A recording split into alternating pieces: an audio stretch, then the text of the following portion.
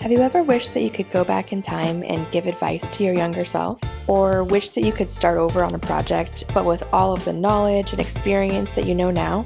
It's been 4.5 years since we launched our very first property on Airbnb, and I'd be straight up lying if I said that we haven't fumbled a few times along the way. Today, we invite you to reminisce a bit with us and chat about the highs and the lows of our early days as short-term rental hosts so you can learn from our mistakes. What's up, everyone? I'm Steven. And I'm Kylie, and today we're here at one of our managed properties called Casa Ultimo. We started managing this property in the fall of 2019, and so much has changed in our lives and our careers since then that it got us thinking, if we look back, what would we do differently, and what might we do the same? The first thing that we could try and do differently is not being so worried when every guest checks in that they wouldn't like the house. I had a lot harder time with this than Steven did, and let me know in the comments if you can relate to this, but I found myself being super anxious every time a guest was about to check in, really unless I heard from them saying like, oh my gosh, we love the house. I was so scared that they hated it for whatever reason. It's natural. I mean, you spend a lot of time in the house setup, maybe renovations, that you kind of develop a passion for it. You really want people to enjoy that too. But tell yourself and reassure yourself that you put a lot of thought into the house, to the amenities, and guests are going to like it. They're gonna love it. I think part of the reason why we were stressing so much, or I was stressing so much, is because we really didn't know what we were doing as hosts. So I think it really took 2 mental shifts for me to get past this anxious feeling. The first one was just building confidence in myself, in knowing that we had set up a really great property and that we were good and attentive hosts who really cared. And the second mental shift was realizing that people were not booking our house so that they could come and give us compliments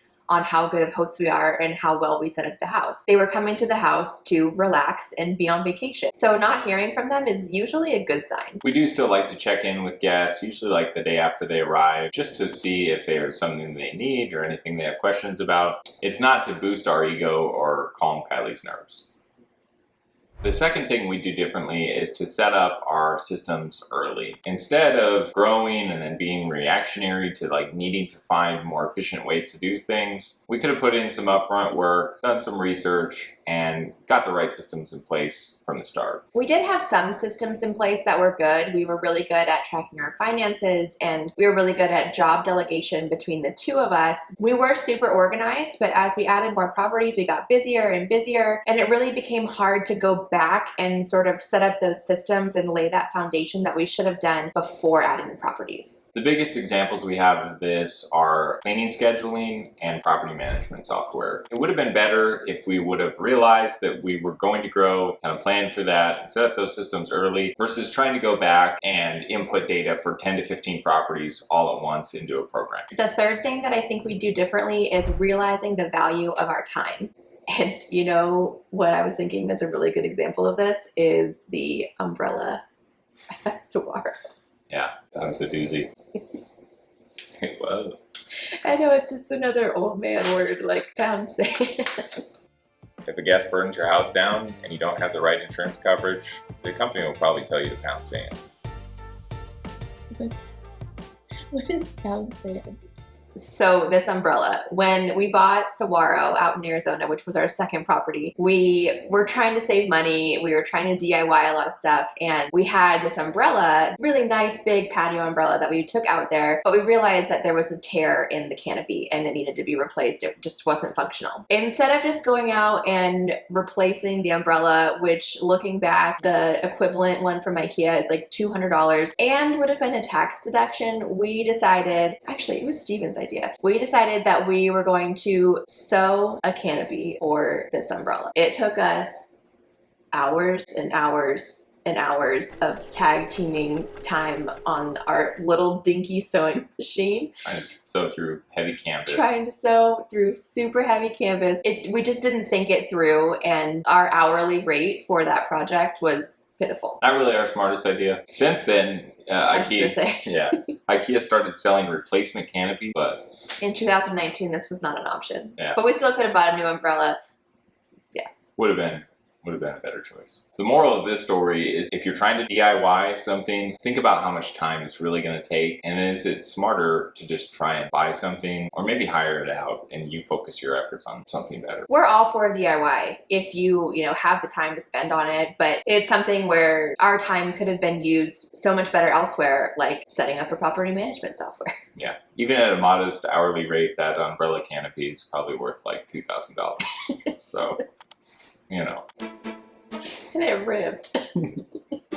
Yeah, then it ripped again. Those 3 things were really great lessons that we learned, but we don't want to discount the things that we did right. And so these are 3 things that we wouldn't change, even if we could go back and start over again from scratch. The first thing would be doing cleanings ourselves. And that little asterisk on the title is because we're not telling you you have to do your own cleanings. That is definitely not a necessity, and we know that there are so many reasons why that won't work for everyone. Either you manage it remotely, or you have a full-time job, or you just straight up don't want to do it, which we 100% agree with. We only included that on this list because it's something that we personally wouldn't change about our experience because it taught us a lot. Maybe some backstory some of you may know from previous videos, but we started our hosting journey with a duplex property where we were living in half and renting the other half. The house that we were renting was relatively small, about 500 square feet, and we could knock that cleaning out, especially if we worked together, in less than an hour. Not including laundry, but since we were on site, we could finish up the laundry kind of at our leisure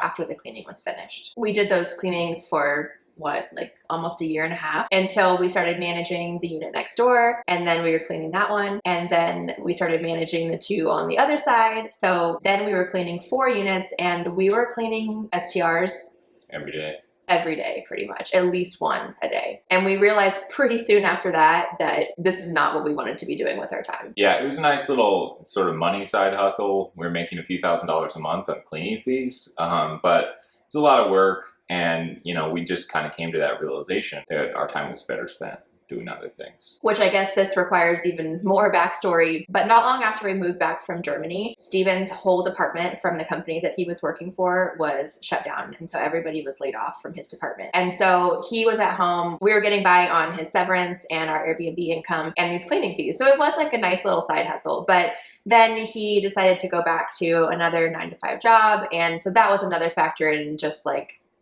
not having the time. It's time to outsource the cleanings. So, long story, but why are we including this on the list of things that we wouldn't do differently? There's a couple reasons. The first reason is it allowed us to really see how a guest uses a property. So we were able to see, what gets damaged quickly, what kitchen amenities get used the most, how often supplies run out, and things like that. Also a good chance to really test linens. You understand what linens hold up, which ones are easier to launder than others, what linens we liked, towels, etc. We'll put a link to those in our whole sample inventory in the description below if you'd like to check that out. The second is it really gave us sort of an understanding of the role of the cleaning team and an appreciation for our future cleaning team. Cleaners have arguably one of the most important and probably one of the most difficult jobs when it comes to short-term rentals. It's a grind, it's easy to miss something, and that's when we really started to see the importance of the perfection inspection to provide that second set of eyes and really just take the burden of that part of the job off of the cleaners so that they can really just focus on their task. Right after we wrap this video up, we're actually going to be filming a whole video on our perfection inspection right here at Casa Ultimo. So if you want to make sure you see that, make sure you hit that subscribe button and maybe the little notification bell right next to that so you can be alerted when it goes live. The next thing that we wouldn't change is creating a brand identity from the start. We both like to listen to, I didn't tell you this, we both like to listen to the Bigger Pockets podcast, and there was an episode on recently where I think it was David was talking about branding and your brand and how that word can come across a little bit cringy, like this is my brand. I mean, I totally get that, and that really resonated with me. And the way that he described it was to think of it more like your reputation. So this is what you want people to think of when they think of you, of your management company, of your property. Yeah, that's a great way to think about it. We wanted our brand and our reputation with guests to be hospitality focused. We wanted our house to feel curated but still casual. We really wanted everything to be comfortable and functional